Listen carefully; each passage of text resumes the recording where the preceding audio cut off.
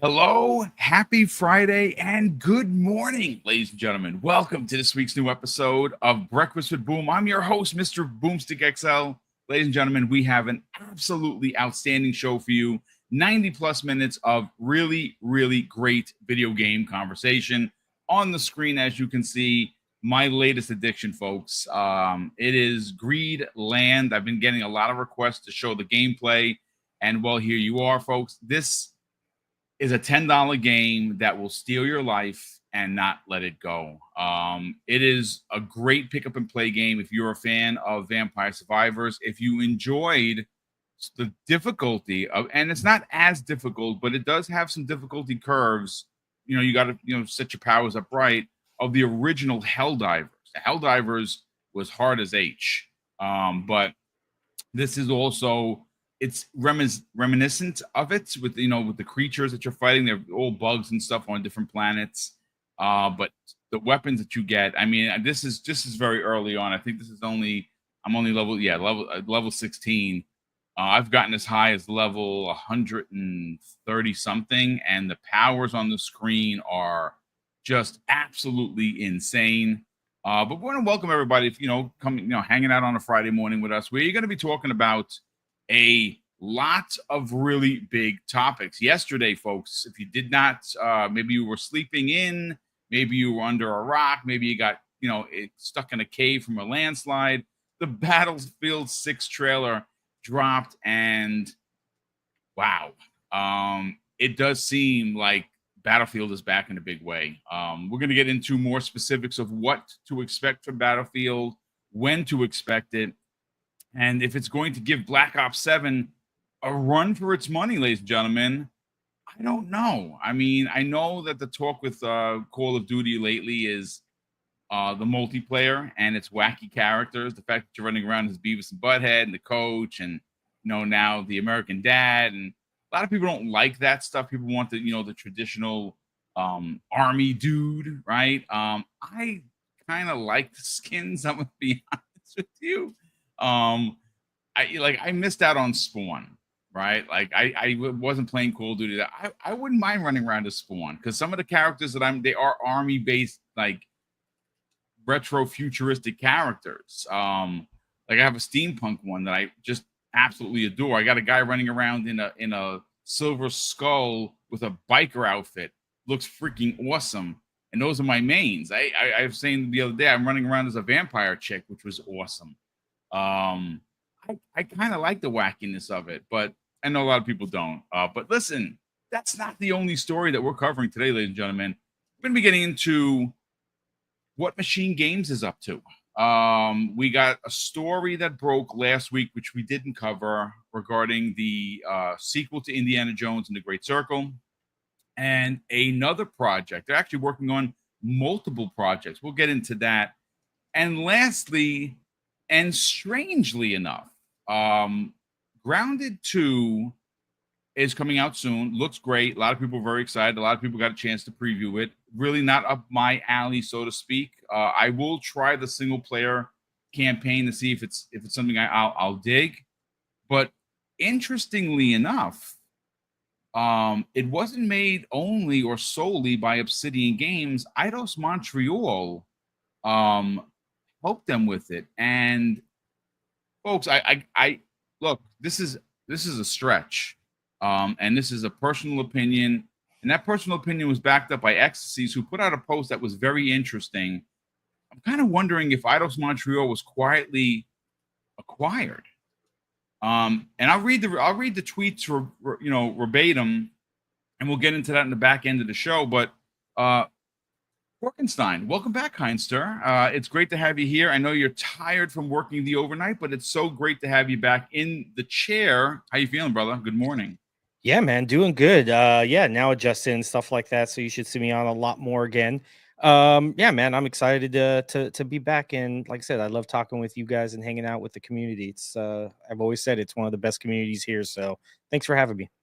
Well, appreciate you joining us as always. And yes, this community is amazing. Welcome to 140 people already here. We're only 6 minutes into the show.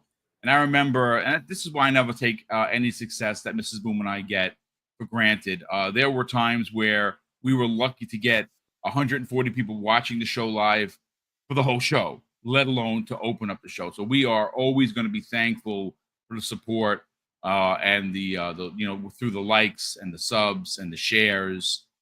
We definitely appreciate it. And again, we are growing. It's slow, sure, but we are doing it the right way, and we're very happy to be doing it that way. But Silent Cypher, welcome back, kind sir. You're a horror guy. Mrs. Boom and I checked out Until Dawn last night. Not a terrible film, folks. Not like so she just said she went, it wasn't the worst thing that we've seen horror related. As a matter of fact, we've seen recently some Korean drama type films where it was one was called Priests and the other one was called The Dark Nun, and it was about possession, and they're in the same universe. Really, really, really good stuff if you are into that kind of dark horror. We loved it. We thought it was fantastic. But how you feeling, brother? Welcome back. Good morning. I'm good. I'm good. We're to the weekend. I get to relax and chill a little bit. I'm Nice. going to see Fantastic Four after we're done with this show today. Oh, so yes. Looking forward to that. We'll see how it goes. No spoilers, chat. If any of you have seen it, just keep it on the down low for a little longer. But no, I'm good. It's great to hang out with you guys. It's great that we're finally to the weekend. Yes. I've needed this weekend, and now you've provided me another game to purchase that will take away most of my weekend. So and it's $10, dude. It's literally $10. It's literally the best game I bought this year. But for its price and how much time I put into it, it's unbelievable. It's so much fun. And again, if you are like, I was never a rogue guy ever. I didn't like rogues. This particular sub genre of rogue through Vampire Survivors. Vampire Survivors is what ruined me. And what's crazy is I probably would have never played that game if I didn't hear people talking about it. And in fact, that it was boasted in Game Pass. And like I said, whenever I've said this jokingly, if I ever run into Ponicle, I'm going to do two things. One, I'm going to give him a big hug because it's my favorite game in the last decade. I'm going to give him $100 and say, please continue to make this series because it is that freaking good. But listen, it's great to have you here, brother. I'm glad that you're going to be another person that I've sold this game to. I don't know. I don't work for the company, folks. I'm just a fan. They don't even know I exist, but buy this game. It's really good if you like rogues. Fuzzy Belvedere, we got a chance to hang out on Monday, and we're back here on Friday, end of the week. How you feeling? I'm feeling great. Although, sorry about not being on cam. Still running around. Didn't do my bald head shave this morning. So I was just gonna say you didn't fix your bald head. I mean, I fix my hair.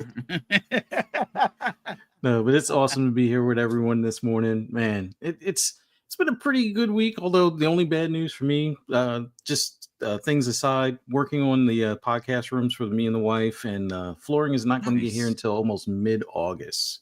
Oh boy! So everything else will be done, painting, all that stuff. Flooring. So I can't basically put any of the furnishings in there until the flooring's in. But other than that, doing good. And man, we got some stuff to talk about because Battlefield is looking good, but EA has burned me so many times. I might wait this one out until after a day one patch, but yeah, I'm sure we'll get into some more of that stuff. But man, good morning, everybody. Well, I mean, let's get right into it. Now there are different ways that you can look at certain things, and we're gonna jump right into Battlefield, folks. Battlefield is a storied franchise. It has had a lot of ups and downs, peaks and valleys, however you want, whatever pun you want to use for the way that they've done their business. Unfortunately for me, as a diehard Battlefield fan, from going all the way back to, like the OG Xbox, this franchise has always been a competitor for Call of Duty, right? They've been battling back and forth for years. DICE is another storied franchise. Unfortunately, though, I think a lot of people in the chat and a lot of people on the panel here will agree. The last, man, 5, 6, could it even be 10 years? I mean, the last Battlefield that I actually really enjoyed was 3. And that is 100 years ago.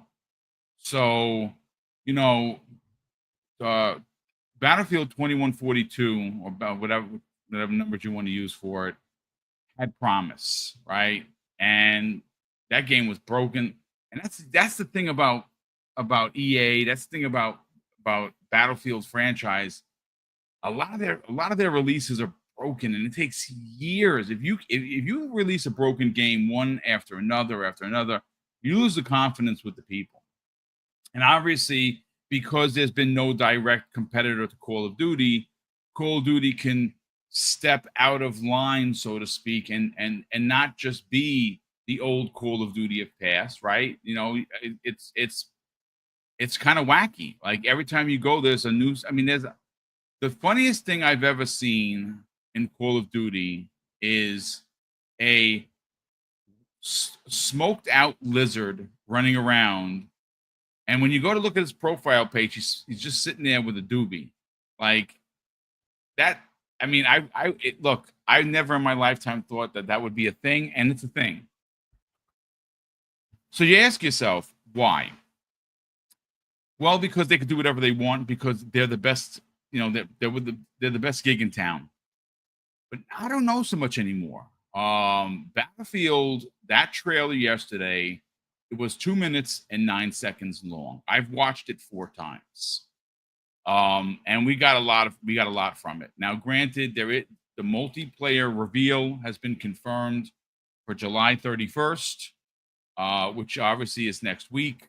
And a lot of people are going to be looking towards it. Well, one of the things that they said that, at least from what I remember, one of the pressers was that certain weapons were not going to be locked to classes. That they're going to have that ability, but you will be able to use any weapon for your character. And it's probably going to be a military man or woman. And I guess you're going to be able to just, you know, pick the one that looks the best to you. We did learn that the game is going to have a campaign. The issue that I think a lot of people have already brought up is that it's a 6-hour campaign rather than a 12 to 14-hour type of campaign that you would find. And normally, it's depending on how you play as a player. For me, if a campaign is 6 hours, I'm probably going to put double that in there, because if there's things to find, if you're looking for collectibles, like Umbra and me play almost identical, so we're gonna be 12 hours into the single player, and I'll probably play through it again on the hardest level, trying to beat it that way. So I'm gonna get my time in with the single player. The multiplayer is going to be, we know that it's going to be there in a big way. They're going to have the vehicles. It's going to be ginormous maps. There's going to be a lot of destructibility, which is what Battlefield is known for. But gentlemen and chat, I want to specifically focus in on that trailer, because if you want to know, as of this morning, how many people have watched that trailer since yesterday? 6 million. 6 million views on the official. Now, granted, that is on the official Battlefield trailer. Now, you had IGN put it out there. You had all the sites. So I would imagine that this trailer could have been seen over 10 million times since yesterday. People are looking forward to a new Battlefield. I am looking forward to a new Battlefield. Though the only thing, and it's probably because I was out all day with Mrs. Boom yesterday, that's why there was no show. I didn't get confirmed, and if somebody in the chat would be so kind as to confirm this for me, or anybody on the panel, I know that the European price was 80 euros. Now, I don't know if it's going to be a 1-to-1, or it's the 80 euros with tax versus the potential 70 that it's going to be, though it's looking like this could be an $80 game. And if it is, I I think it's going to be at a little bit of a disadvantage for Call of Duty, and here's the reason. What happened right before this trailer, which I thought was very odd. Now, I'm not a coincidence guy at all. As a matter of fact, I would say that there are no coincidences in business, especially when you deal with Microsoft and EA, right? There are no mistakes. There are no accidentals, right? So right before this trailer, what happened in the beginning of the week? Xbox reversed their announced $80 price point for their games, and it wasn't just The Outer Worlds 2, ladies and gentlemen. It was all of their upcoming holiday releases. What's one of the big holiday releases? Oh, I don't know. It's not Battlefield, because that's EA. It is Call of Duty Black Ops 7. And again, folks, I know that there's gonna be some people like, yeah, I didn't really care for it. That's fine, that's for you.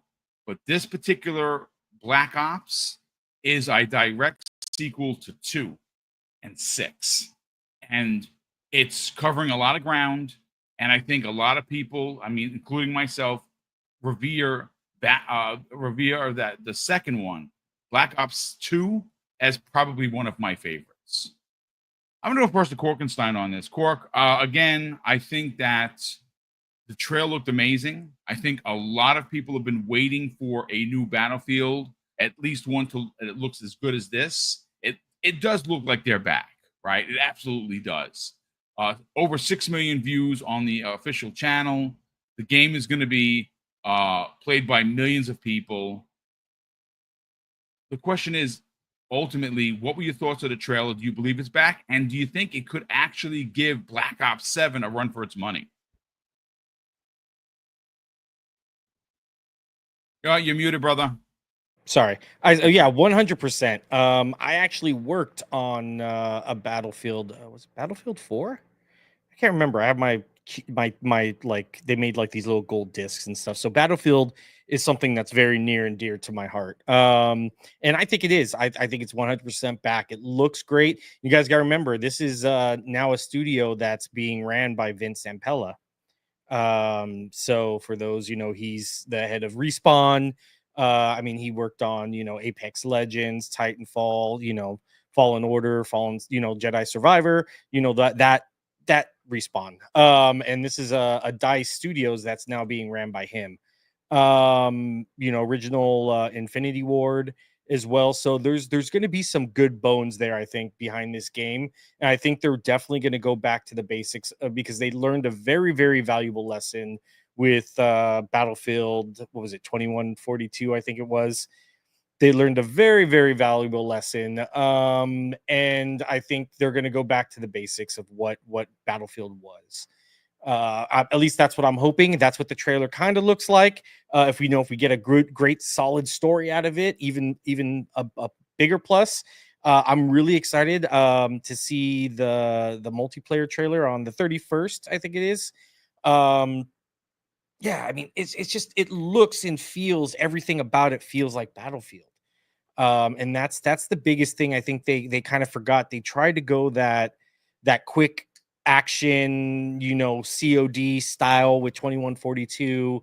And it just didn't work. That's not Battlefield. Battlefield's always been technical. It's always been more strategy at times than just run and gun like Call of Duty is, especially with it being so dynamic and changing levels. 1 minute you're on the ground, next minute you're in a tank, next minute you're flying a helicopter, next minute you're in a jet. There's so many different levels to the game that add such a dynamic that you really can't have that quick rush action. I think it still looks great. I think what they've done with it since it released has actually been very, very, very great.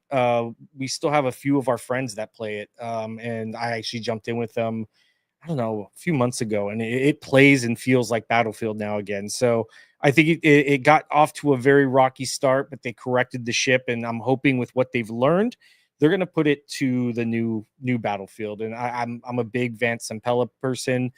With all the games he's designed, he's a legend in the industry. So if anyone's going to right the ship, it would be him. And I'm excited to see what he does with Battlefield under his wing. No, it's a great point of view. Vince Zampella took this studio and this franchise under his wing. Him and Respawn Entertainment is probably the best thing to ever happen to EA for sure. There's no doubt about it. And obviously, Vince Zampella, if you don't know who he is, that name doesn't ring a bell. He is really the godfather of modern warfare. Him and Infinity Ward, when he was there, when he worked for Activision, were the founding fathers of Call of Duty 4 Modern Warfare on the Xbox 360.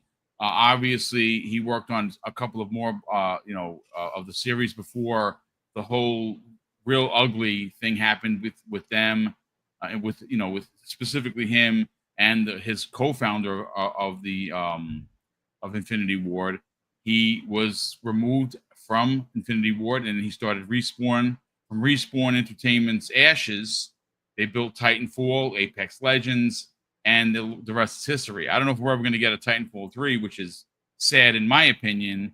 And I know that they were working on it, and it just, I don't know. I don't want to go down that dark rabbit hole because I'll be here for an hour. But needless to say, Battlefield is in good hands. And they really kind of, if you look at the way Battlefield 6 is being made, it's being made by 4 studios as opposed to the old way where it was just DICE. They kind of pulled a page right out of what Activision does. Obviously you have Treyarch as the lead dev for Black Ops 6, Black Ops 7, which, doesn't really happen that often. You get back to back. But Infinity Ward is still a thing, but there are all these sub studios that churn in the work to eventually make whatever Call of Duty they're doing. And I like the fact that they did that with Battlefield. I like the idea that, listen, I don't know how to make a game, folks. I don't, but crunch is obviously a thing. And the more talented people you have working, the better chance of the game you're making is going to be good. And it does look really, really good. Silent Cypher, what do you get your thoughts on whether or not you think that it's back? And do you think, from what we've seen, and again, this is just one piece of the big Battlefield pie, the multiplayer, which is its literal bread and butter, will be shown off at the end of the month. Do you think it gives Call of Duty a run for its money like it used to back in the days? So I think that they can both kind of live in their own ecosystem and be just fine. It's like what Korkenstein was mentioning, is they have a much different gameplay to them. Call of Duty is very much like that time to kill is very, very quick. Whereas Battlefield has not ever really been that traditionally. And I think they've had some modes where they have gone a little bit more elevated on that. But for me, that's actually one of the reasons why I've never been a big fan of Battlefield, is like, I like that frenetic, just nonstop action. It's one of the reasons why anytime they brought any of the bigger maps into Halo, I just wasn't really digging it either, because I like to drive vehicles around and stuff like that. But that close quarters action is so intense. And it gives you that just constant dopamine rush of like, stuff just hit the fan right as I ran into this section. Like Nuketown is a prime example for people playing Call of Duty, or Shipment, right? Like you play those maps and it just never stops. My favorite is Stakeout. Stakeout is so chaotic. Yeah. And there's another one that I got 94 kills in. It's the one in the vault where it's just 4 squares like linked, and you're running around, and it's you're right. There's something about that fast twitch shooter. I see what you're saying. But that being said, seeing the trailer for this and seeing what it looks like they're putting behind this, like, this looks really good. It looks like a return to form for them. It had me interested and excited about the single player. You mentioned something like a 6-hour campaign. That doesn't scare me away. I don't know if people forgot, but that's been Call of Duty's single players for the last little bit too. generally. So it's like 4 to 6 hours. If it's a nice tight storyline, awesome. That's great. I don't have a lot of time to sit there and just gun through, like 30 or 40 hours of fluff in a story. So if it's well created and it's really tight and has really cool narrative moments, awesome. That's definitely something I'd be interested in. So that campaign one looks great. I'm curious to see what they do with the multiplayer when we see that trailer, if they stick the traditional Battlefield route, or if they try and blend in some more of those close quarters type of combat scenarios as well. Of which, if that's the case, and if it's done well, yeah, they could possibly peel some people away from Call of Duty. But I think traditionally, if they just stay with their regular style and stuff, like, they'll both just kind of live in their own worlds. Yeah, I think you're right. And I do think, I mean, look, one of the things that you made mention of is that the map size. Battlefield is known for these ginormous maps, and there's a reason for it. It's not just there to have you running aimlessly. It's vehicle-based combat, which you don't get in Call of Duty. Call of Duty is on ground, on foot, you're fighting, with your guns. Whereas Battlefield, the entire, swing of one particular game could be because you have someone that is nasty and using the Abrams, and they're just wrecking everyone, right? But if I had a complaint about Battlefield, is the maps are just big. And if you don't get a vehicle, if you spawn where there's no vehicle, you are running for 10 minutes. Yeah. You are running. Like I could go make a sandwich and grab a beer upstairs, and by the time that I got it, you might still not have gotten to action. And then when you die, you get to go run for another 10 minutes. Like, that hurts. Doesn't No, you're not wrong. I was literally going to say that too. Like, you can go and make us that's funny. But you're right. You're not wrong. We'll see what happens. The maps need to be big in Battlefield because of the helicopters and things of that nature. You're going to be flying stuff. You're going to be driving stuff, right? That's going to be great. Back to basics, as the kids like to say. But I don't know.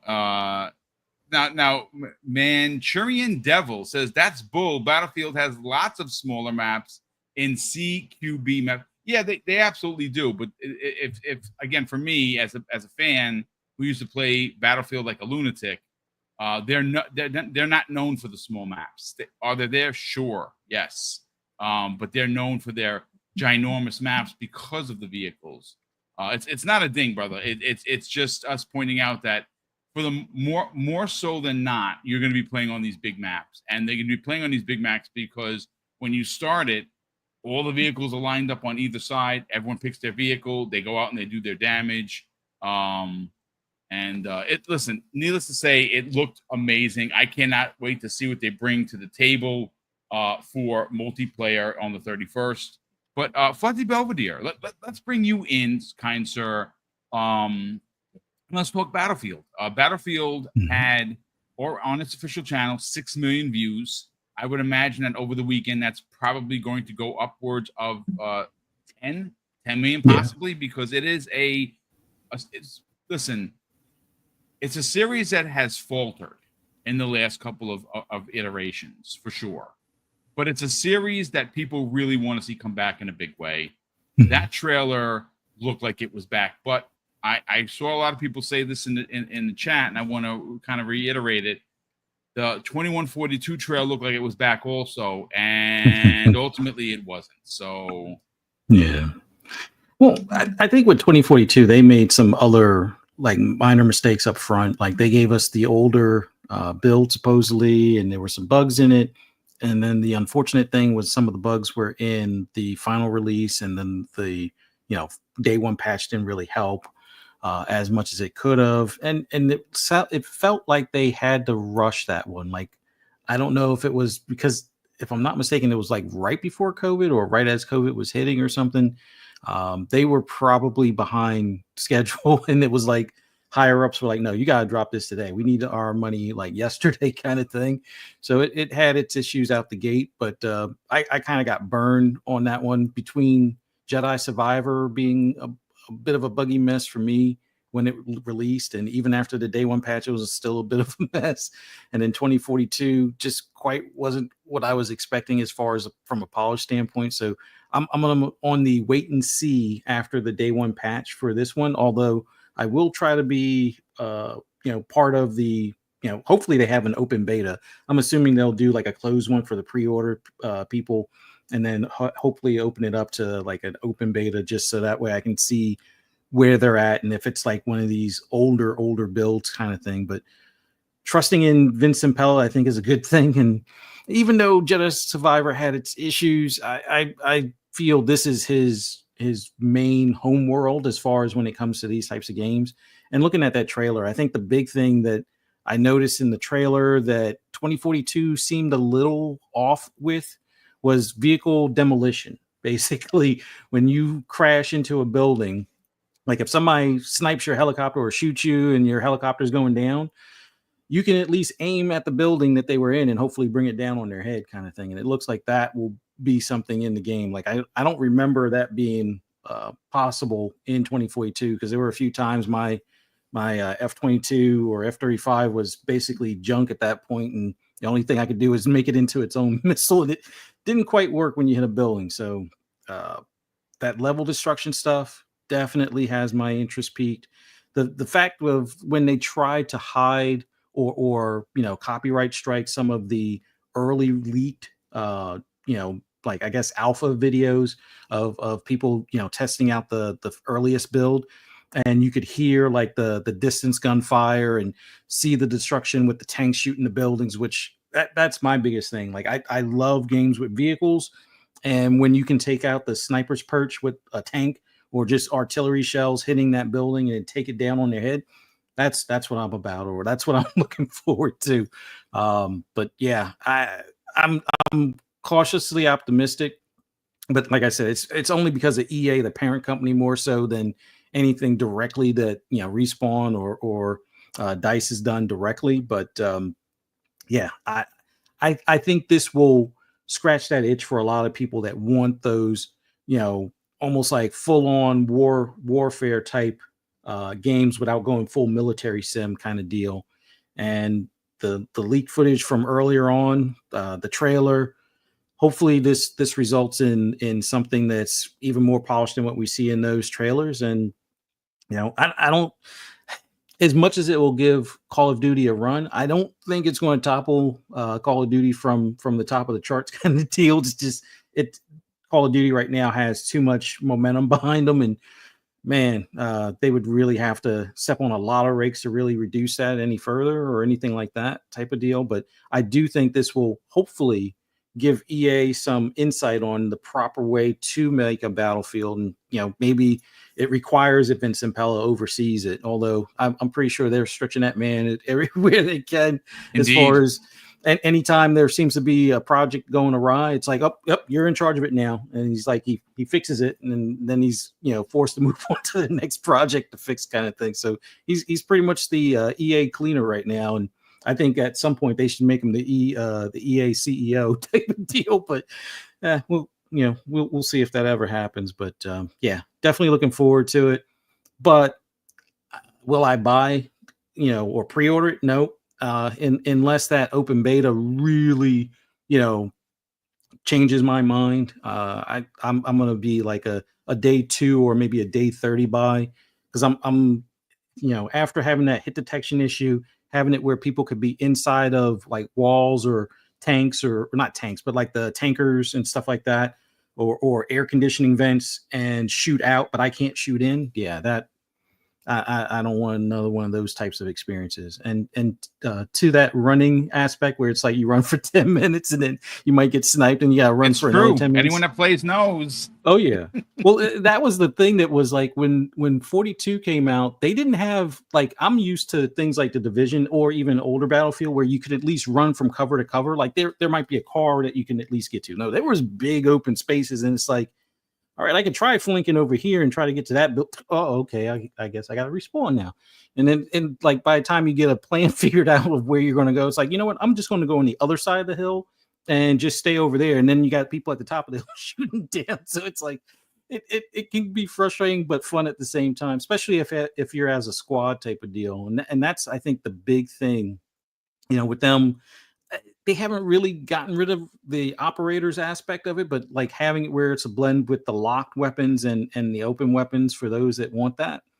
I think that's a good start as well, because that was another thing that didn't really help them much with 2042 with the operator setup that they had, at launch type of thing. But man, it's an exciting time, especially when you got Black Ops 7 coming out, you got Battlefield 6 going toe to toe each other, and I think ultimately we'll be the winners in it, just for the fact that if you're a first person shooter fan, this is your Christmas Eve, in the next few months type of thing. So looking forward to it.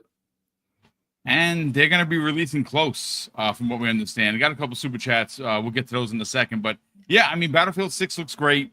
It does look like Vince Impella and his way of designing games is on display. DICE is a great studio, but they've been a little loosey-goosey in the last couple of releases. 2142 is a perfect example of that. Again, I was sold on that initial trailer when people were jumping off buildings with the flight suits, and yet that's what, when I first saw it, it's funny because if anyone's a G.I. Joe fan, remember the Weather Dominator from the G.I. Joe movie? Like that's what the Battlefield trailer looked like. I'm like, oh my god, I got like a Weather Dominator thing going. This is gonna be great. And ultimately, it wasn't. But again, there's been a lot of really, really big changes to EA, more specifically on who's running it, and that is Vince Impella. And with Vince at the head of at the head of the table, you would imagine that if there's anybody you wanted at making these big decisions to bring something like a storied franchise like Battlefield back, it's probably Vince. And they are doing it the Call of Duty way, where there's multiple studios helping make sure that this thing is going to be good. All you can hope for is that when it does release, and somebody had asked in the chat, we'll get to that when it actually is releasing, at least a rumor, that it's good, that it does does not need a significant amount of patches upon its release. We will certainly see. But gentlemen, we have 2 additional topics to get into. Chat, get ready, because these are going to be really good. But before we get to those, let me catch up on a couple of super chats and the channel member chat here. Do UK now, the broke boy insider. He's not complaining that we stole a point from him. Thankfully, none of us have yet. He drops a very generous $5 super chat. He goes on to say, I blame Warzone for the state of Call of Duty with its cartooniness. Yes, it's fun, but since it's free to play, they have come up with crazy stuff to make money. And ultimately, that's it right there. Will's right. Warzone, I don't play it. Warzone is just not for me. Battle Royales has never been my thing. I've played them. Yeah, they're okay. But if you have a free-to-play game as big as Warzone, and I don't know if it's as big as it used to be, but in order to entice people to spend money on a game that they could play for free, you have to have skins of all or every ilk, whether that be cartoon, comic, real life. I mean, if you would have told me 20 years ago that Snoop Dogg was going to be in Call of Duty, I'd be like, you're a straight up liar. What does that man be? But that's a guy that reinvented himself. I love Snoop, and he's in the game. And there are a lot of stars in the game. If they're not for you, don't buy them. I know people get really offended, like, I don't want to run around with Nicki Minaj and stupid. Folks, I hear you. Maybe it's it upsets you when you get killed by them. I don't know, but that is the nature of the business. I think that the Pandora's box with characters and cartoon characters, more specifically, I mean, they have a claymation skin for one of the original characters, which I'm not going to front. Looks kind of dope. It looks pretty good if you're into claymation. And well, I mean, I'm a big Harryhausen fan, so of course I'm into claymation, and only OGs know who that man is. But if it's not for you, man, don't buy it. But Will, thanks so much for the generosity as always. Big Mad Mo, generous friend of the program, folks. He's been a channel member for a whopping 39 months. Well, that is very kind of you, dude. We super appreciate the generosity. And of course, I was laughing because of what his hashtag said. We'll get to those in a second. He says, shout out to Boom and Panel. Battlefield will never touch Call of Duty, but that doesn't mean that this one can't be good. Hashtag you pay, I play. This is the funny one. Hashtag Chief needs to retire. Hashtag Xbox better. I mean, listen, I'm never gonna have you. We're never gonna be on the same page, but I love you, Big Mad Mo. Thank you so much for the generosity. He's and right. And I don't agree with that. Chief does not need to retire. He's a super soldier. Chief he can keep going. Chief needs to go back into cryo for like 1 or 2 decades while someone figures out how to release the game again. Slander is just too much. I can't take it, folks. Cheese is nasty in the chat. Great to see you here, brother. And thank you so much for the generosity as always. He drops, ladies and gentlemen, a very generous $10 super chat. He says, is it confirmed for 2025? Well, the rumor is October 10th of this year. That is the rumor. The also rumor is that it's $80, $79.99. I pulled the story for, listen, you got to give credit is due. Vicky Blake of IGN wrote this story because I used it for the question from Cheese is Nasty. I'll add it to the show notes. According to what she wrote, it says Battlefield 6 will release in October for $80. Leak suggests. And there's an open beta coming as well. This leak originally was founded or leaked by Deal Labs, Bilby-KUN. I've never heard of them. And they claim that the release for Battlefield 6 is October 10th, 2025, and that the standard edition for both PC, PS5, and Series consoles will be $79.99, with a Phantom Edition going for $110, which is the upgraded edition. It also goes to say that the PC version will be $10 cheaper.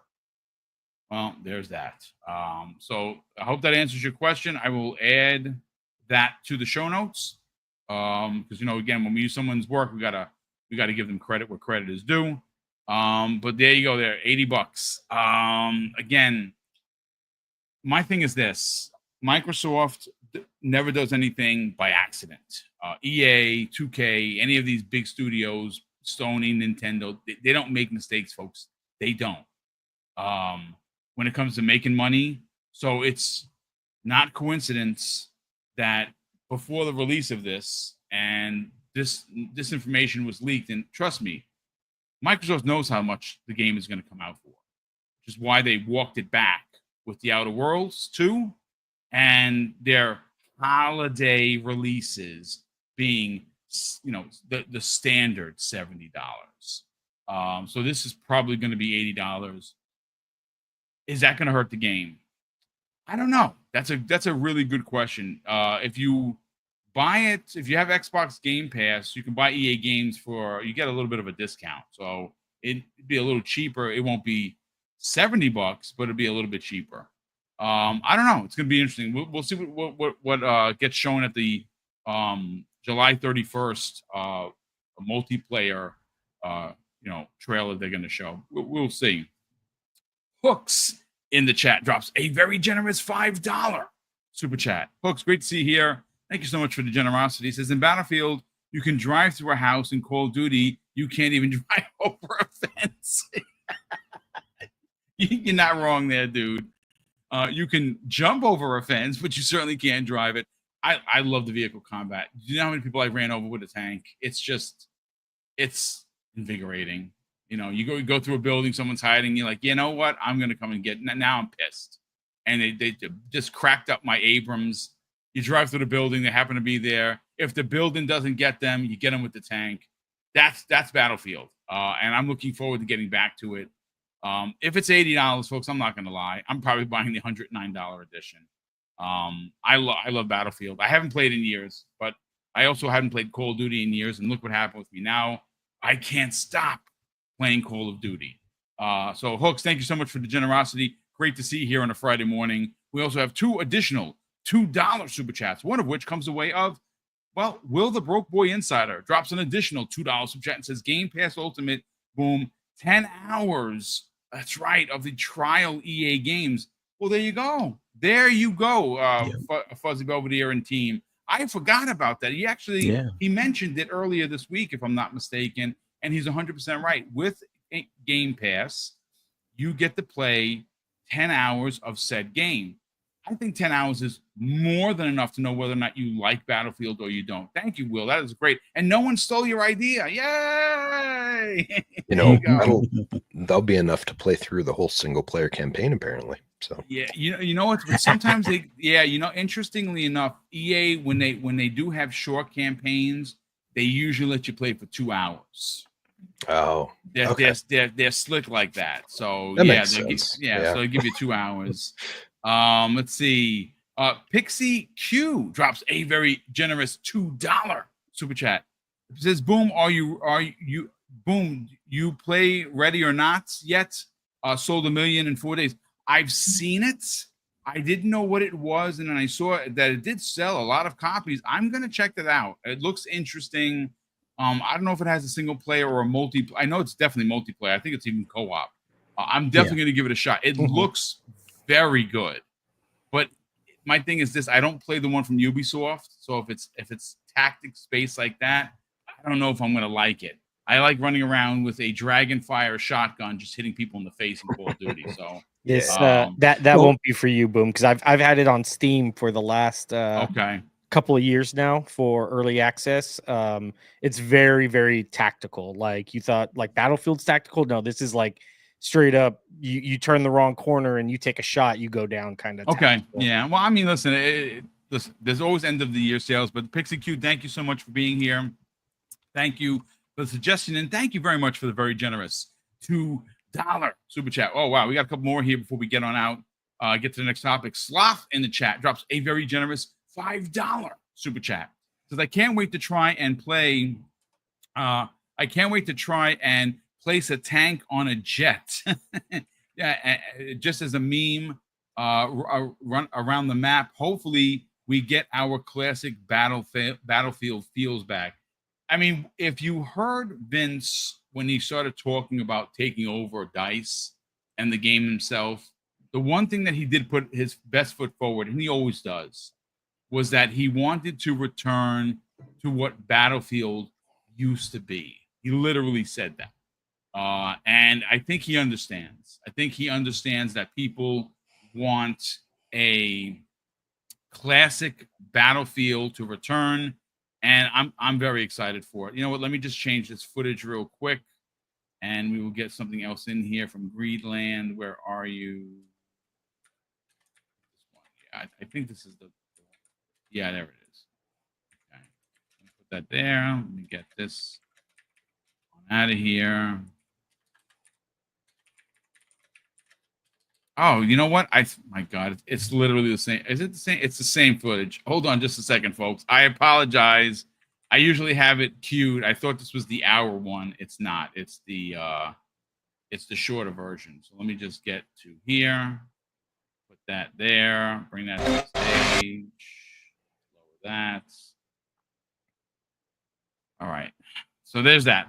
So thank you so much, Sloth, for that. And I really think that Battlefield is it. I mean, again, listen, folks, it's just a trailer. I could be 1,000% wrong, but it kind of feels like they're back.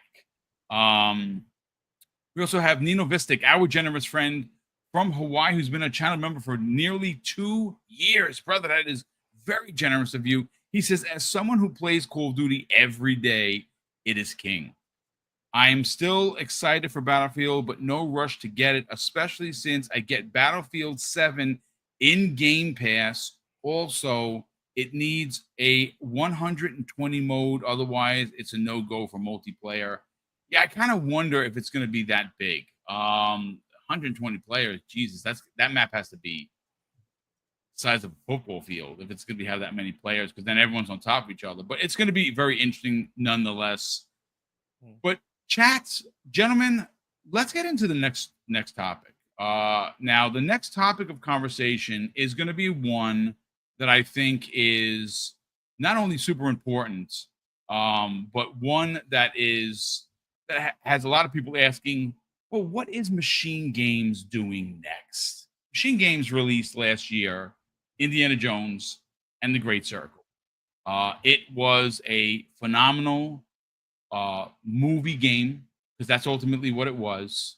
Troy Baker killed it as Indiana Jones. Like, honestly, there are times when you're listening to the dialogue, you can't tell that that's Harrison Ford.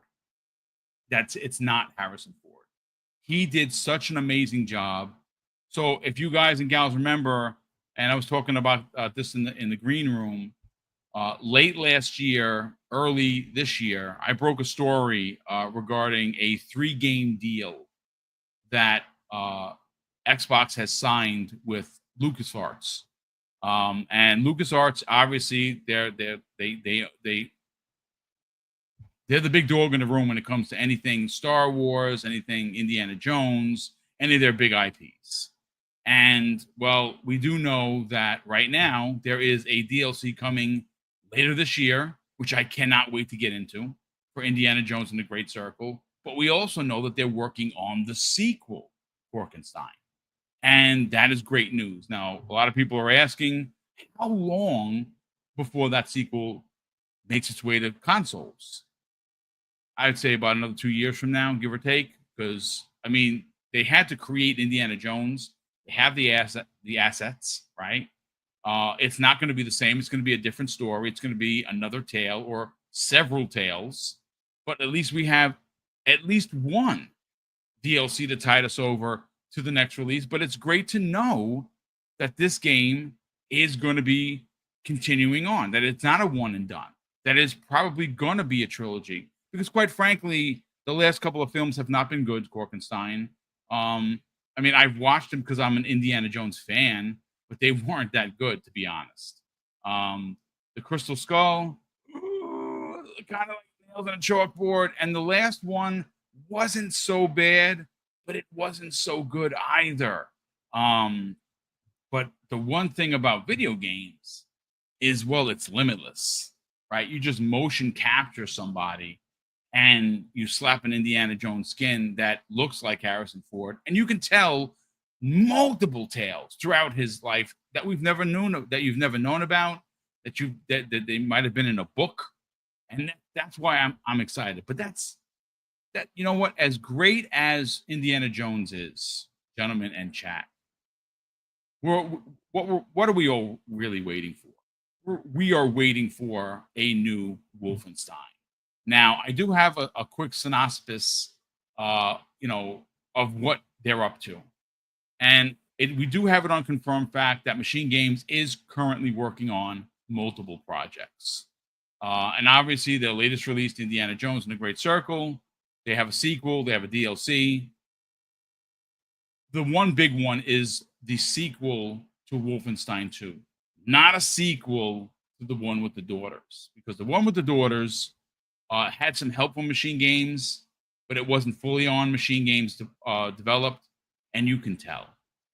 We were literally talking about this in the green room, and it just wasn't a good game. It was okay at best. And that was during a time where they were putting out games to try and make money. That was one of them. Fallout 76 was another. This was before the purchase from Xbox. And they were, the shareholder was like, yeah, you got to make money, put these things out. And they weren't good releases from Bethesda. They just weren't. Cork, let's get into Machine Games, because this is a studio that is known for now Indiana Jones, but it's known for Wolfenstein. We all want a new Wolfenstein. We want a full-on AAA developed Wolfenstein. I think they're going to deliver it in a big way. The question is when.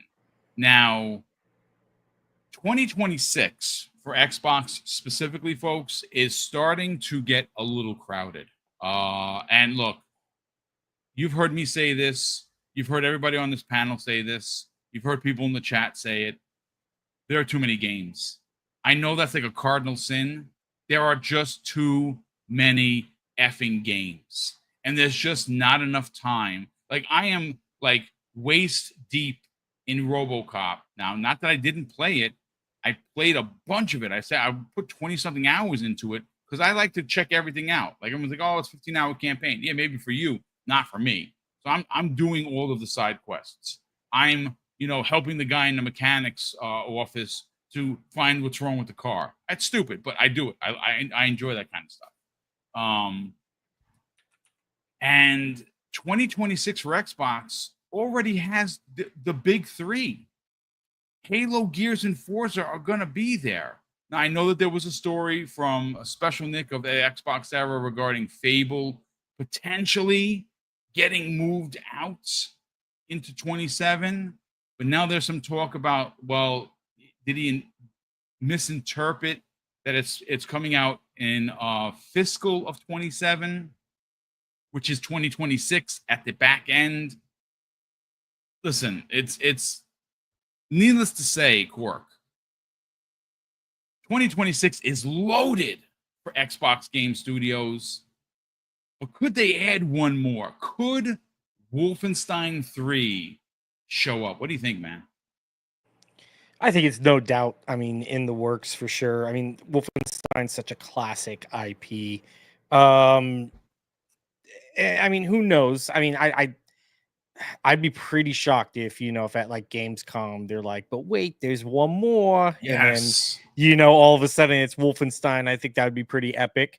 Even still, I'll kind of knock the showcase we had, that last, but wait, there's one more was a little, it's like, oh yay, Call of Duty Black Ops 7, but I think if it was like Wolfenstein or something big, totally kind of unexpected, I think that would have really, really stole the show. But I don't think we're gonna see it anytime soon. I think it would be it's definitely hopium right now, at least for me. I'm sure they're, like I said, they're refining, getting the DLC started. If your rumor was true, oh yeah, see, Paris even said the same. Don't hold your breath for Wolfenstein 3 anytime soon.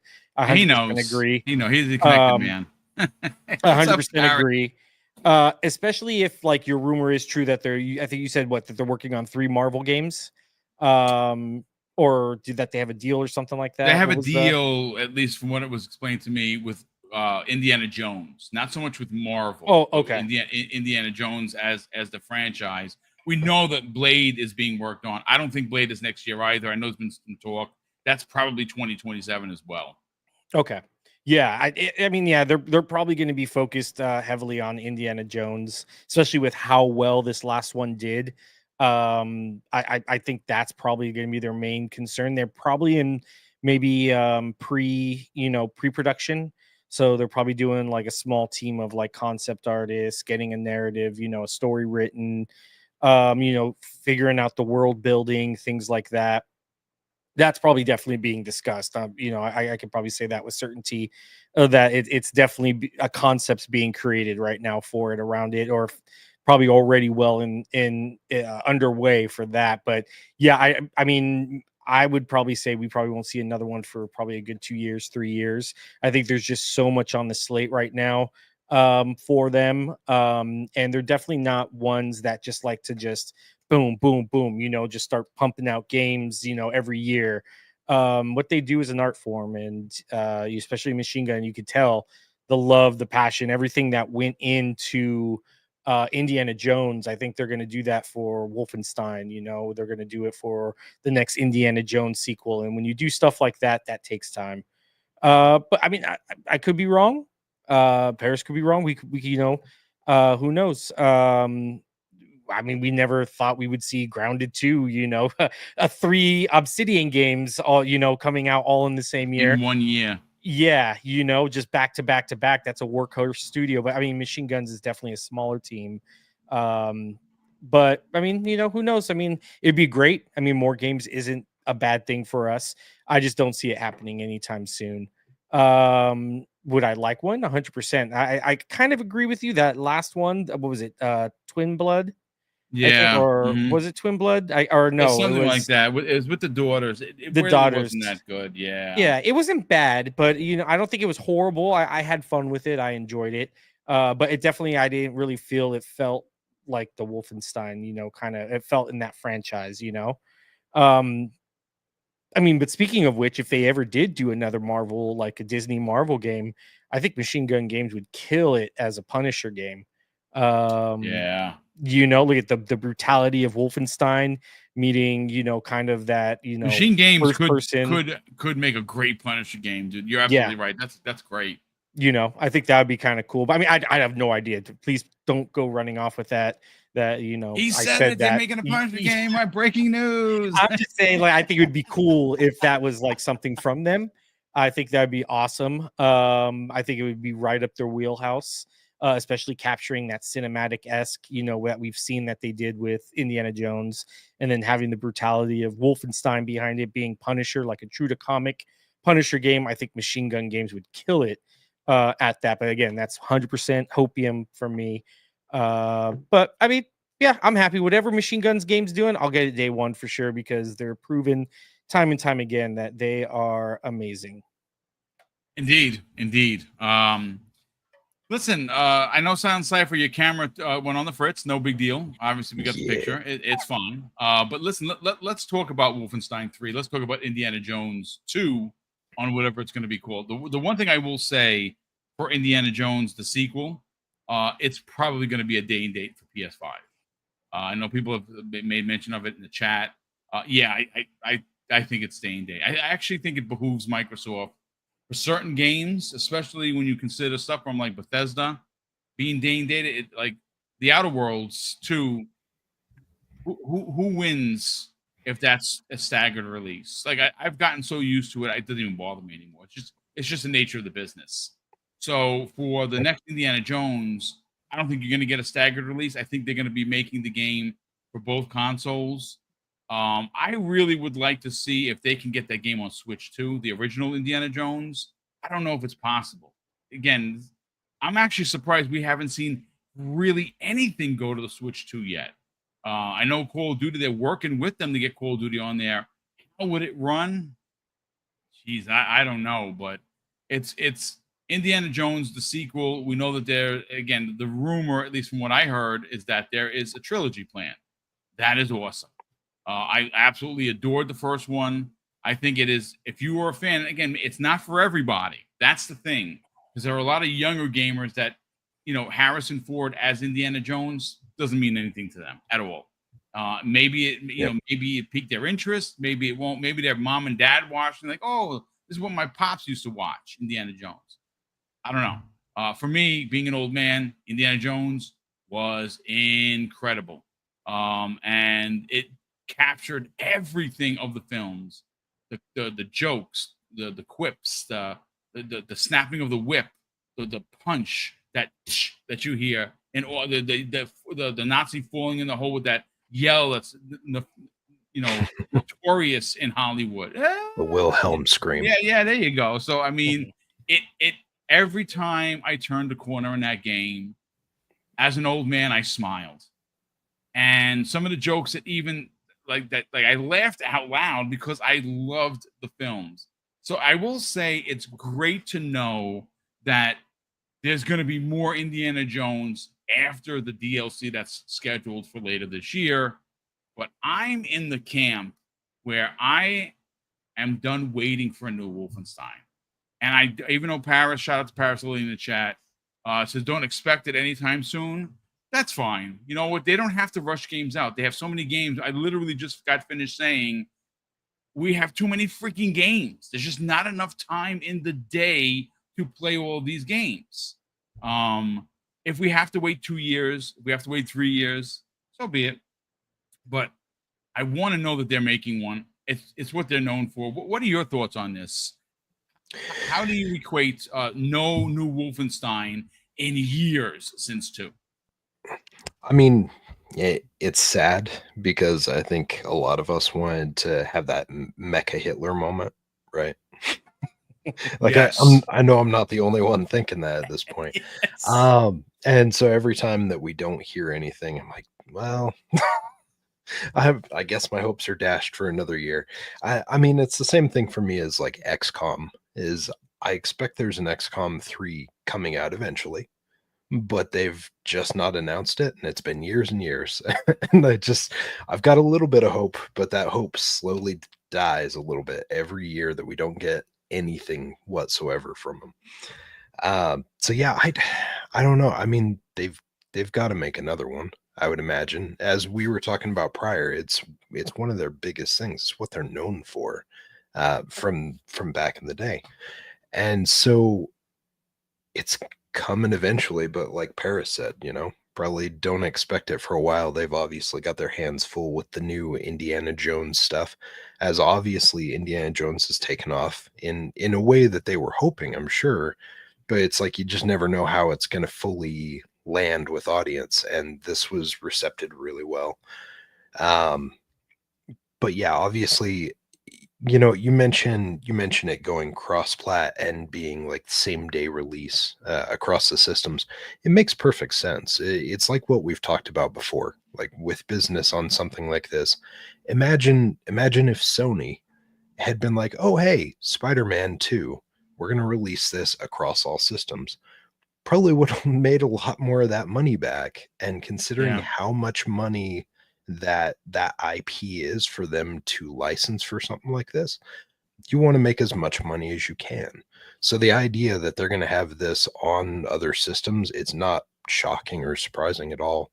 It's preventing themselves from eating a ton of cost if the thing doesn't sell as well on a single system. Like if you put it across multiple, again, you're opening up your base, you're opening up access to that game across multiple systems, which just, it makes business sense. It's like you said, I'm used to it. I mean, we've been having games go to PC and stuff like that for almost for what, over a decade. Yes. So it's like I don't care if you're playing on a PlayStation. Whether or not you're playing on a PlayStation doesn't affect my interest or enjoyment in playing the game. It just doesn't matter to me. If I can play the game on my system and I'm happy, then that's neat. If you can play it on yours, good. That's great. Hopefully that means that we'll stop hearing some of these people throw out crying in the streets and stuff on Twitter all the time about like, oh no, it's the end of exclusives. Dude, it's been the end of exclusives for so long. Just get over it. Deal with it. In regards to a Switch version of the original one, or even this one, I'm pretty sure that the refrigerators that you have upstairs in your house have more tech than the Switch 2 does. So it'll be an interesting thing. Lander, sir.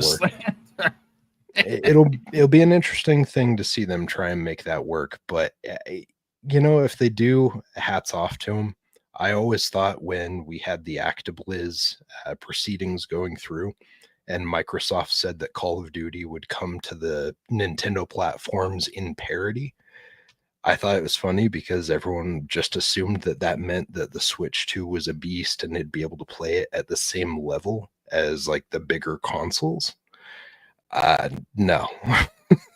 This is like when they had long gotten past releasing brand new games on like the PS2, and they'd gone to the PS3 and 360, and you'd still get those like offshoot games that were in the universe but were dumbed down, like really low graphics.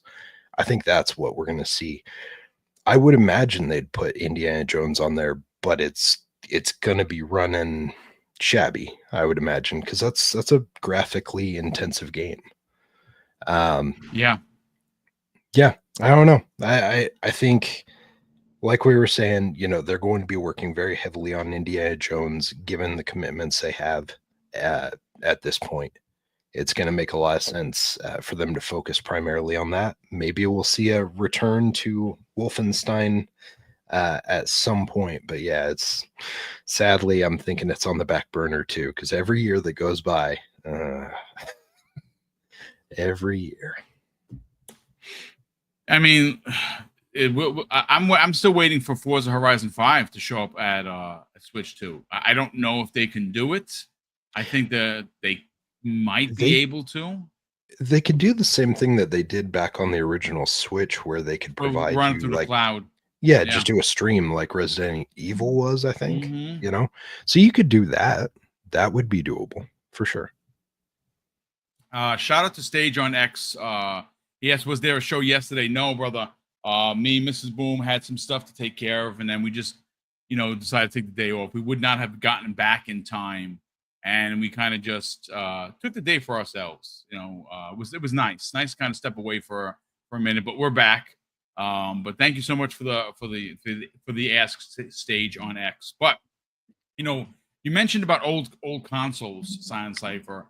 And the one point, and I had it in my notes, and I overlooked it.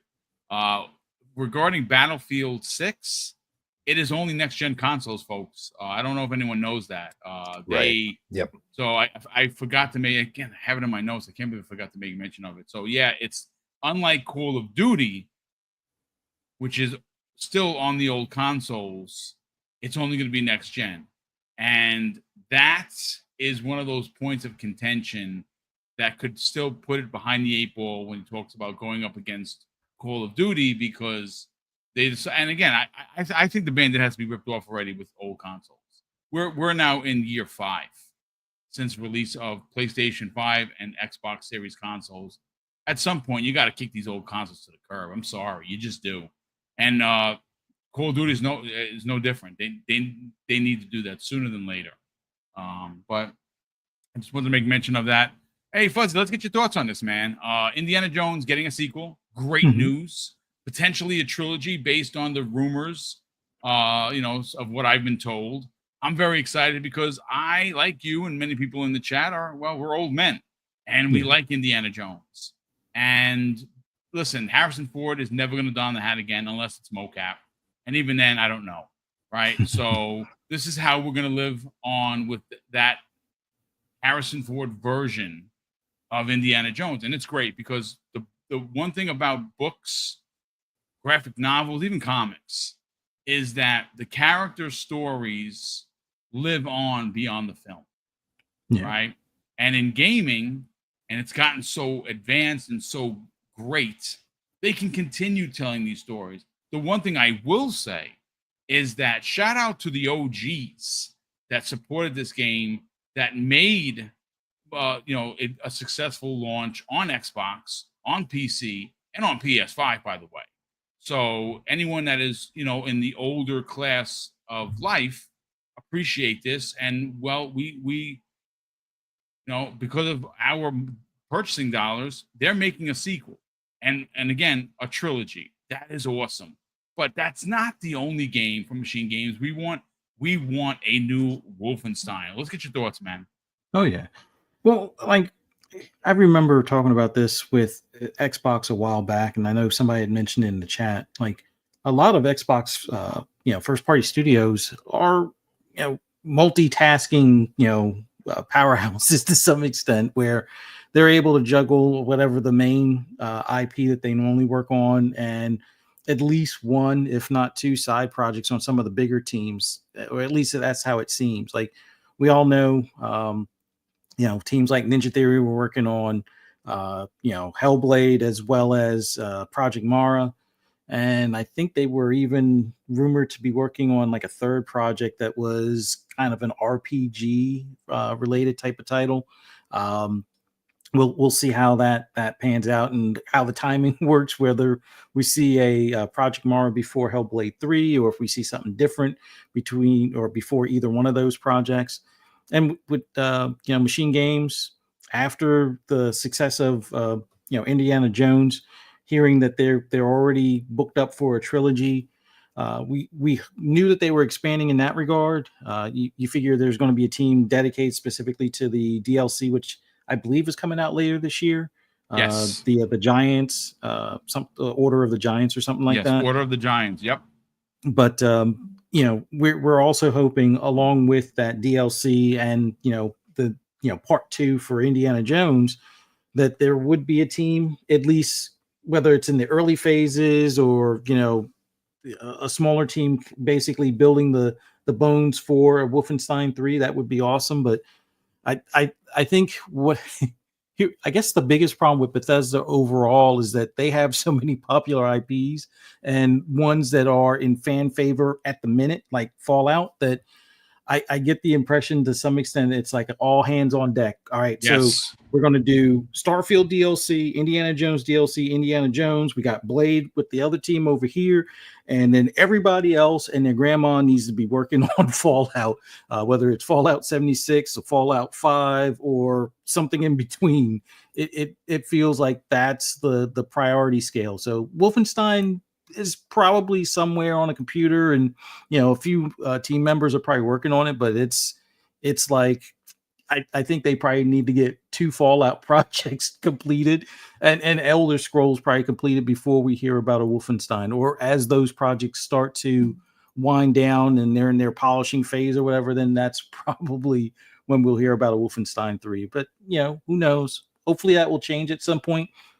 Maybe they do some sort of partnership with either Prime Video or Netflix and do an anime for Wolfenstein or something like that. And, maybe that changes the priority list to get Wolfenstein bumped up the ladder a bit. But I would love to see or hear something about a Wolfenstein 3. But like Paris said in the chat, I think we hear Fallout 5 and probably get Elder Scrolls 6 in hand before we get a Wolfenstein, which it's a bit of a shame, but great for the fans of Elder Scrolls and great for Fallout fans in the meantime. But we'll see.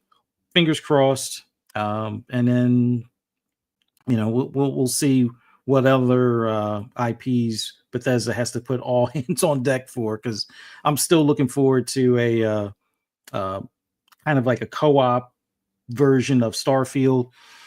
And without this divulging all secrets, I really wish Project Blackbird could be revisited, but we'll see if that ever comes to fruition. But I mean, you never know, right? Like they don't. I mean, it's code. They can hold on. They worked on that game for years. Yeah. So maybe it's canceled now, but there's no reason why it couldn't come back at some point. True. I mean, we're certainly going to see. But look, at the end of the day, Bethesda has a lot going on. Obviously, we all want the next Elder Scrolls. Oblivion, just blew the doors off of everybody's expectations of, what a Bethesda-made game. Of course, it's a remake, sure. But it definitely was, scratched the itch for everyone that was wanting a Bethesda-led RPG, and it's nice to kind of be held off until Elder Scrolls comes out. Now Elder Scrolls next year, no. Next year after that, I don't know. I don't know. They take a long time with their games. Elder Scrolls has been worked on for a couple of years from what we understand, but full on development, they're there now. I don't know. It's going to be very interesting, and the all hands on deck thing for Fallout. I think that is something I'd love to see Bethesda expand as a studio. Like, they have so many incredible IPs that fans like us don't want to wait for. Like, I've jokingly said this. I don't want to be 63 playing the next Fallout, man. I mean, I'm only 54. I don't want to wait another 7, 8, 9 years for it, I mean, so we'll see. I hope that they do some sort of expansion to Bethesda to work on all of these games at the same time. It makes a lot of sense. So we will certainly see. Folks, we have one smaller topic to get to before we get everyone out of here, but I want to catch up on the super chats, channel member chats, and gifted subs. So we have 2 gifted subs, one of which comes from our generous friend all the way from Hawaii. Aloha to you and the family, brother. Nino Vestic has gifted, as he's done before, 1 Double Barrel Gaming membership. That is very kind of you. We super appreciate the generosity, Nino. Hopefully you have a great weekend with the family. Jonas the Dad, who's been a channel member for 20 plus months. Jonas, thank you for the generosity, brother, and thank you so much for the support. He says, great show, all. Glad you took the day off, man. Work-life balance, work-life, yeah. Backlog is ridiculous. Xbox is feeding us good. Hit the like button and share it out, brother. That's very kind of you. And yeah, again, it was nice to kind of just, Wednesday, we went out all morning because we didn't have the show until late in the evening, which is prime time. Went out upstate, did some shopping. Just me and Mrs. Boom had a great time. And spent some money, which is always nice to do. Had a nice breakfast, and then we, again, we had an appointment yesterday that we could miss, and unfortunately, it would have been cutting it too close. I was like, yeah, I'm just gonna call it, and we just took the day, and it was nice. It was nice to kind of not have to race home to do the show, even though, of course, I miss hanging out with the chat. It was nice to kind of just chill, do nothing, which is exactly what we did. So thank you so much for that. And he is also gifted 1 Double Barrel Gaming membership. Jonas, thank you for the additional generosity. We truly appreciate it. But this one is okay. So as everyone should know, I am a co-mayor to Speculation Town with Pong Soul and Matt from Fun Speculation. And on my part of town, it's unicorns and rainbows all day long, which is what I love. But this is a speculation topic, but not really, because it does have some substance. It does have backup from ecstasies. Check this out, folks. So yesterday, and Paris would know this, because Paris interviewed the devs from Obsidian regarding Grounded 2. And it was a great interview. So shout out to Paris Lilly for that. Go check out his channel, which is over 30,000 subscribers, by the way. So congratulations to Paris Lilly for putting in the work as he does. So Obsidian tweets, "Hey, Eidos Montreal, glad to have you here with us at Obsidian, #Grounded2. Oh, that's interesting. Well, Eidos Montreal responds and says, "It's an honor to be on this journey with you. Can't wait for everyone to get their hands on the game." And I'm very excited for people to play this game, because it was a lot of people really loved Grounded 1. And even though it's not for me, I'm not a hater, I'm a congratulator. So I'm very excited for anyone that is looking forward to the sequel. It looks dope. It looks really, really, really good. But interestingly enough, gentlemen, and let me get back to my notes here. Okay. We had a tweet from Ecstasies. Look, I know that some people, say that he gets a lot of his leaks from other people's leaks, and that in fact may be true. But I know for a fact that he's connected. I absolutely, I can one-to-one that he's connected. And he put out a tweet yesterday that got me thinking. And it said this, ladies and gentlemen: "Why has Xbox Game Studios page disappeared from the official Xbox website?" And that happened on July 15th, right before this announcement. Look, folks, again, this is a hypothetical. This is a trip down Speculation Town where unicorns, rainbows, and cotton candy is available on every corner. I'm wondering whether or not Xbox has acquired Eidos Montreal. Again, it's a hypothetical. It is not a stake in ground. This is what's happening. But those tweets are weird. And I didn't know. Why the heck would I know that Obsidian's getting help from Eidos Montreal? Because Eidos Montreal, if you didn't know, folks, is helping with Fable. That's right. Eidos Montreal is helping. Oh, no. Was it Eidos Montreal that's Fable? Or was that Perfect Dark? Perfect Dark was getting some assistance. No, the Perfect Dark was getting assistance from Crystal Dynamics. Eidos Montreal. There we go. Yeah, it's Fable. So I was correct in my initial wording. So Fable, again, delay or not delay, fiscal 27. Listen, we don't know. They announced that it was coming out next year. They have not officially announced that it's been delayed into 27. So as far as I'm concerned, it's being worked on and will release next year, which is going to be crazy. But just kind of harkening it back to Korkenstein, to Eidos Montreal, they were working on Fable. They might still be working on Fable.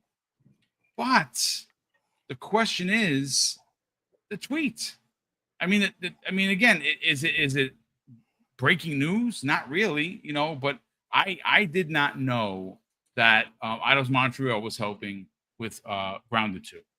And that tweet of them welcoming him, hey, we're glad that you're here, and we're honored to be a part of this journey. Can't wait for everyone to play. And then, of course, if it's just the 2 tweets, it's a nothing burger, at least in my opinion.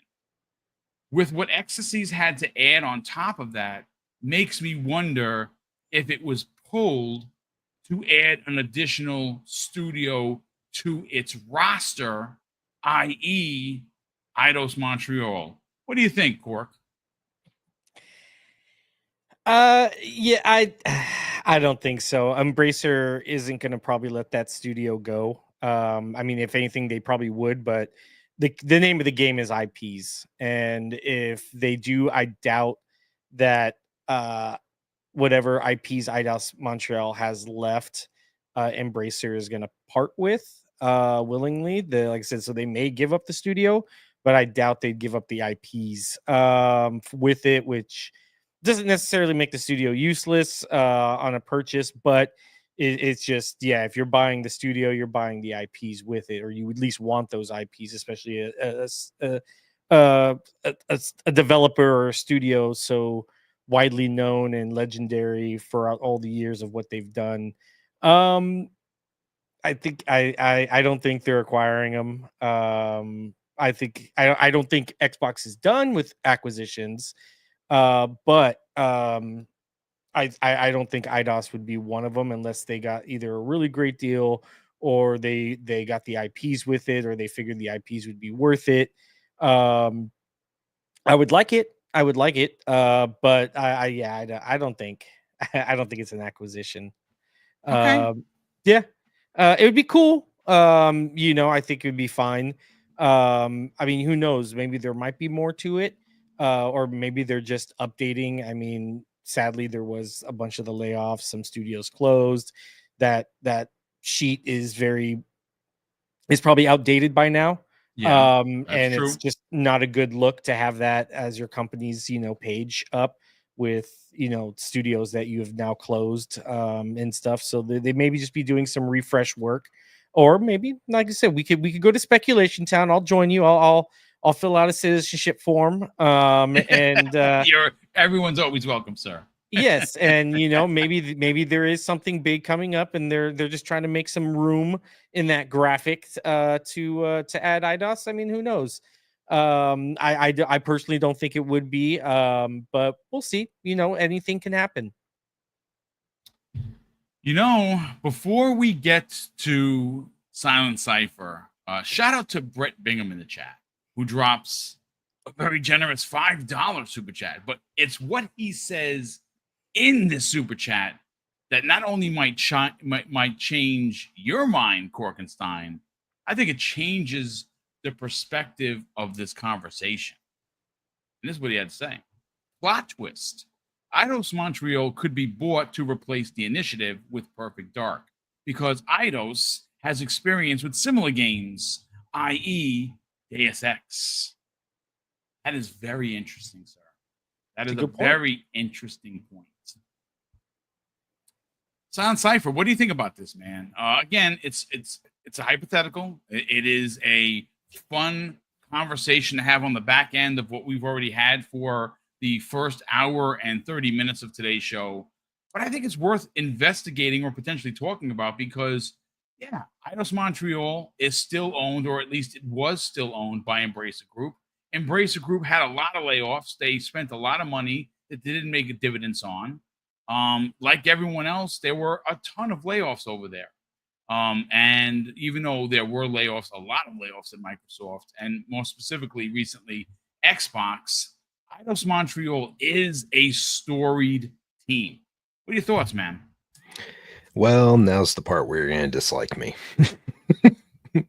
That's not going to happen either. I like the idea, and I think that that's really cool. It's a cool idea. It would be great if, things could align, and that would be something that could happen. But Perfect Dark's done.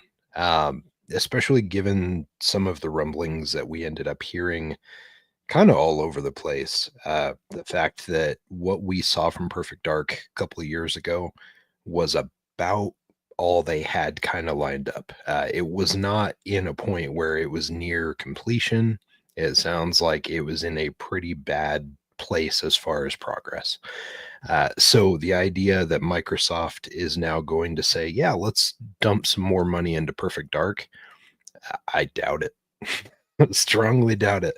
It doesn't make business sense for them. They canned that because things were not in a good spot, and they're not just going to suddenly be like, yeah, let's throw more money into that thing. We're hemorrhaging money at that studio or on that project. I don't see them adding more to it. And yeah, as far as them maybe being picked up, otherwise, with them having like that page down or whatever, I think they're just updating stuff. Like Korkenstein mentioned, probably just modernizing what they had up there. Stuff comes down all the time for being like modified and kind of remodernized.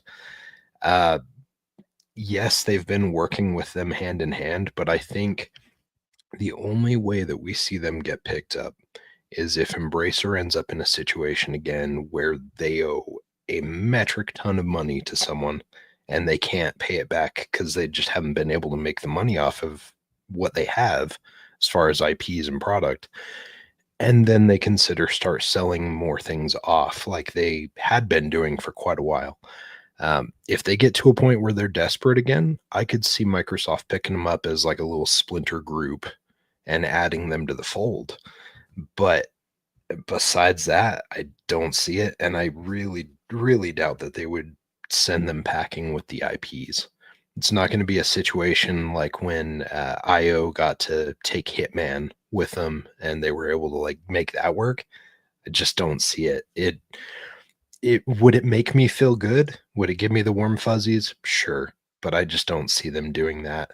We thought that Embracer was for gamers and for the industry. And then when they started closing everything down, it became very clear they're not concerned. Yeah. Sorry. I mean, no. It's listen, it's great points all around. And again, it's not the biggest story for sure. It's just taking a bunch of little things that happened, kind of putting them together and coming up with a deduction that this could happen. Is it likely? It's not, Fuzzy Belvedere. But let's get your thoughts on it. Again, 2 tweets by themselves, not really much. When you add the information from Brett Bingham regarding, Eidos Montreal, their history, they made Deus Ex, which was amazing. Perfect Dark, again, we don't really know how far along that game was. You heard different things about that trailer being just exactly what it was, a snippet. We don't know what happened. This, a lot of people, equated it to like what happened with Scalebound, like all those years in development, and this is what you got, right? So, who knows? But Eidos Montreal would be a great studio to pick up for other games, and obviously they just helped with Grounded. They could help with some other things. What are your thoughts on the 2 tweets, what Ecstasies had to say, and the additional information that comes the way of Brett Bingham? Well, I'll get into the Obsidian and Eidos tweets back and forth. I think there is a nice working relationship that they have with Eidos right now. Like you said earlier, they're helping with Fable, they're helping with Grounded 2. They could be potentially helping with other projects that we're unaware of at this point. Will they be acquired? I'm pretty sure they're on the short list somewhere. But given how Xbox has been moving as of late, I think they might be a little hesitant to do any acquisitions until they get to a point where a lot of these projects that Eidos is helping with have been completed, and then probably based on the success, then they'll evaluate whether the acquisition would be, to their advantage kind of thing. So I think there is some potential in that. They probably are on the short list and being considered, but I think that's maybe a year or two, maybe even further out. just based on the success or what type of additional support these games may need as far as continuing seasons or content and so forth. Now, as far as what Brett was saying, without giving away inside info, as much as I like that idea, I would say they would be better suited to not to restart, but to take the reins for Blackbird. Like, people don't really know because they haven't seen it because it's not public, but Blackbird is like, if you can imagine your wettest of wet dreams of Deus Ex, Blackbird is 10 times better than that. But I'll just leave it at that. But as far as the page and everything, as somebody that used to manage web content for a company, yes, you'll pull down pages when you have broken links, because there's nothing worse than your ranking or your SEO for your site when you have broken links. So pulling that page down, which I found a link to a link, so they're going to have to pull additional pages down where it announces about the Xbox Studios, which probably one of the main reasons why they pulled it down is for updating. It's still listed 343 instead of Halo Studios. It now lists the initiative, which is no longer. Turn 10 had a prominent position, and they're probably going to be like a backslash. It'll be like Playground Turn 10 or something, as opposed to it being an independent listing type of thing. So that there is some updates that they need to do for their current house of studios. Could they add some additional ones, or probably a better bet? Well, then again, I guess places or studios like Everywhere, or Elsewhere, that would fall under Activision. So that would be on an Activision page, I guess. But yeah, I think it's more so for house maintenance, remove some broken links, not still show names of studios that you just recently shuttered in that listing, and to probably tighten it up or build a page that would be more in sync with whatever we'll see come like Gamescom time. Like, I think they're going to probably do a little bit of a site refresh for Gamescom, having that prominent, and maybe change up some of the backgrounds or some of the menu titles and things like that, because they also had to start ramping up the awareness for the Xbox Ally and Ally X and stuff like that. And they're still continuing to do the Play Anywhere and the play your own or stream your own games, and they at least, like, I probably haven't been paying as close attention. Like before, you used to have to just go in the URL or do one of the drop down menus for the Xbox or xbox.com/play. Now it has its own prominent header. So I would say they're probably looking to do some more refreshes, so it goes more in tune with the UI stuff that we'll probably see rolling out slowly but surely here soon. But yeah, it would be nice to get Eidos. But my thought, just after seeing some Blackbird stuff, Eidos would be the next best perfect fit for that. Probably more so than a Perfect Dark. I get the impression Perfect Dark is permanently shelved unless somehow Nintendo decides to see about licensing it for their Switch or something like that. So unfortunately, that's the case with that. And Blackbird's probably the same thing, but I'm going to hold out hope, because I would love to see a Fifth Element, Blade Runner, Cyberpunk type game with aliens on the interaction level of like a Mass Effect, with jetpacks and laser blade weapons and all that stuff like that. Man, I guess it makes sense that they canceled it before we saw it, because after seeing it, it's like there's a hole in my heart for that game right now. But yeah, Eidos, I think, would be a great fit for that if they were to hand that off to a non-Bethesda team, because they want them to focus on Fallout. But then again, Fallout, obviously, because of the popularity of the IP at the moment, and the potential earning potential, that's the priority today. And, projects like Blackbird just, get shelved or permanently, circular filed. So we'll see. Yeah, I mean, Paris in the chat says not happening. Perfect Dark is gone for good. Yeah, that wouldn't surprise me in the least. But Blackbird, though, that is, again, I'm like you. You see it and you can't unsee it. You know what I'm saying? Yeah. So, again, listen. Look, folks, that's going to do it for us here. A big thank you to all of the super chats, channel member chats, gifted subs. We truly appreciate it here at Double Barrel Gaming. If you're wondering why we didn't do the Christmas in July giveaway, is because we had a big panel. We're going to do it either Monday or Tuesday. So I'll make an announcement over the weekend. We finalized the prizes. We'll get all that information out. 10 winners, 8 regular prizes, 2 grand prizes. The grand prizes aren't much more, but it's what we can do in the economy that we're currently in. And they're going to be physical prizes, folks. So you're not going to get a code in your mail, or you're going to, whoever wins is going to send me their address, and we're going to mail stuff out to you. It's going to be a small package, but it's going to contain a couple of the originally designed coins from Ben Kenobi, as well as a few other goodies.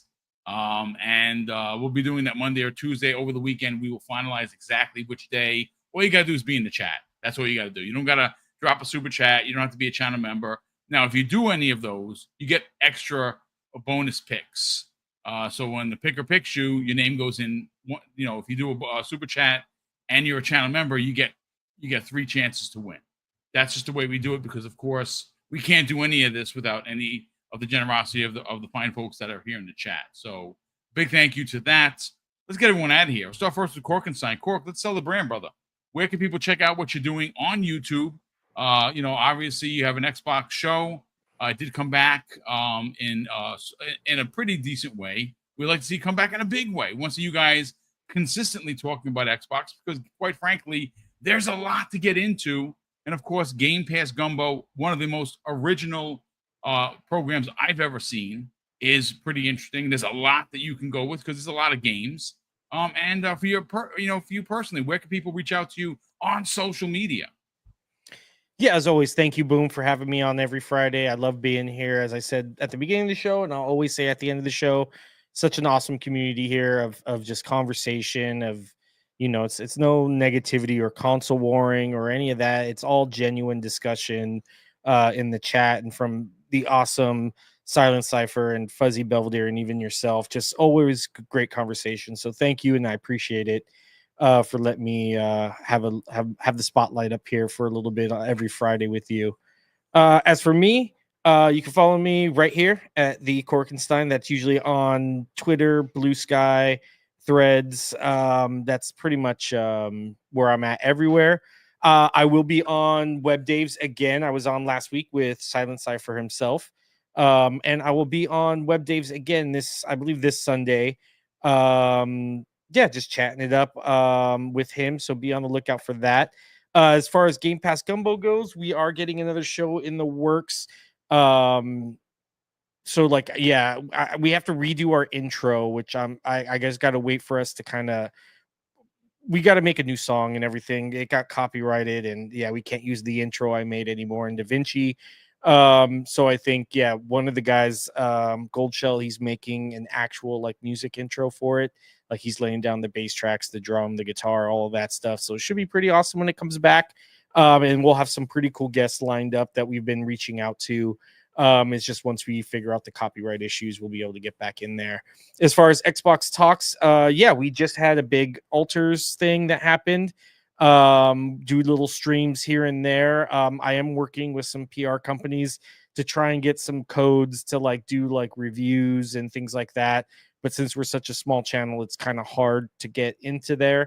But that's how you kind of have to grow the channel a little bit. Doing more shorts and little opinion pieces and things like that. So join us over on the Xbox community over on Reddit. It's just our Xbox. I can't wait. Thanks, guys.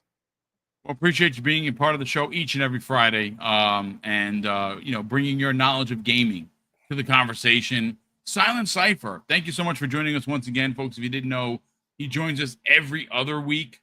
except for like during the summer when he's out vacationing with the family. But he's back, folks. Lot of really great points of view. Brother, sell the brand of the Xbox International podcast. Obviously, those guys are still going strong. You being a part of it when you can, of course. Life gets in the way sometimes, but we are certainly glad that you stopped by today. Sell the brand. Where can people check out that show? And more importantly, follow you on social media. Well, Boom, thanks again for having me. Always great hanging out with you, Korkenstein, and Fuzzy. Hopefully we'll get to do it again. Hopefully we'll get to play some games one of these times off the show. Besides that, though, so yeah, of course, as Boom mentioned, check out Xbox International Podcast on Wednesdays at 7 p.m. Eastern Standard Time. It goes the same time as Boom's show on Wednesdays. But like I always say, whether you get to it now or later, you catch on repeat. All that matters is that you're enjoying the content. If you ever have any feedback, feel free to hit us up. I've been absent for a little bit, but make sure that you stop by and tell them that I'm thinking of them. Tell them that I think Louis should go back to prison again. You'll understand if you've seen the show. Besides that, you can find me, of course, here every other Friday morning. And you'll catch me this evening hanging out with Fuzzy Belvedere and his wife, Ferocious Fee, on Friday nights with Ferocious Fee, as we discuss, I forget the name of it, the Clove Hitch Killer.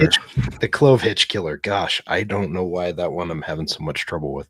But yeah, so we'll be talking about that one. Fuzzy will mention that, of course, as well.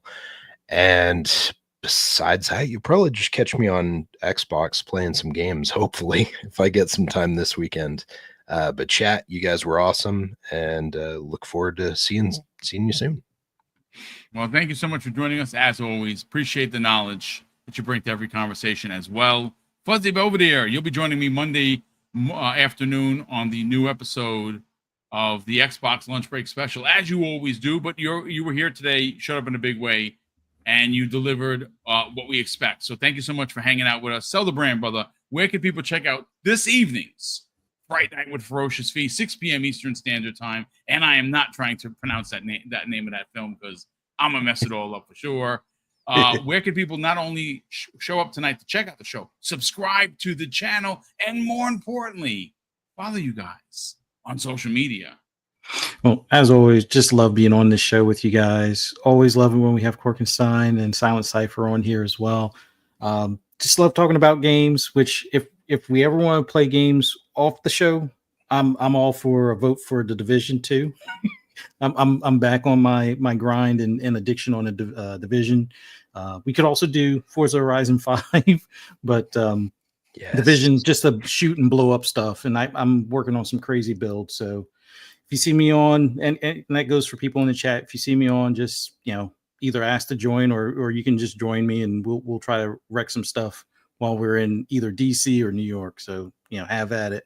But for those that want to hear my rambles and rants on anything gaming related, you can always find me on social media. Just do a search for Fuzzy Belvedere. And like Silent Cypher made mention earlier, we'll be talking about the Clove Hitch Killer. And I have to slow myself down because I keep on wanting to say the Cloverfield Killer, but then I'm like, that was like a Godzilla-like monster or alien thing. Yep. So it's like, no, the Clove Hitch Killer is the movie for tonight. So if you've seen it, or even if you haven't, just come join us, 6 p.m. Eastern Standard Time. I put the links for both my wife's channel, Ferocious Fee, as well as my YouTube channel in the chat. Just come hang out with us.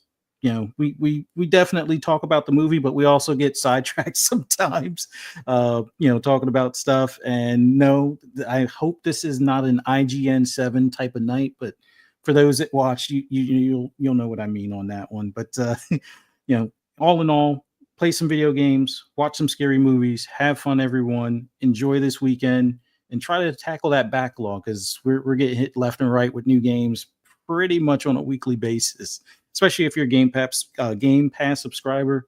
Yeah, this is like the peak time frame for them right now. But as always, be safe out there. Have fun, guys. Catch y'all later. Appreciate it very much for hanging out with us today. And, of course, a big thank you to well over 700 people watching live. That is amazing. on a Friday morning. Here in New York, it is going to get to 107 degrees with the heat index. F this summer. No, thank you. Thankfully, you don't hear my AC, but it's not getting off at all today. But ladies and gentlemen, a big thank you to everyone that tuned in. Please, on your way out the door, hit the like button, share it out on the socials if you are feeling super generous. A big thank you to all of the super chats, new channel member chats, as well as the gifted subs. Again, Mrs. Boom and I can't do the giveaways without the help of the community, and that's why we like to give back as much as we do. And of course, big thank you to the panel for being here, because there is no show without the panel. So big thank you, gentlemen, for hanging out with me here today. And of course, I'm going to close the show with something that's incredibly important to me, ladies and gentlemen. Hopefully one day be important to you. And that's something that my dad taught me with kids. And it would say, Craig, treat others how you want to be treated. And also, it doesn't cost anything to be nice. You live by those rules, son. I can guarantee you, you're going to have an awesome day. So have a great weekend, everyone. And we'll see you next week on the newest episode of Breakfast with Boom.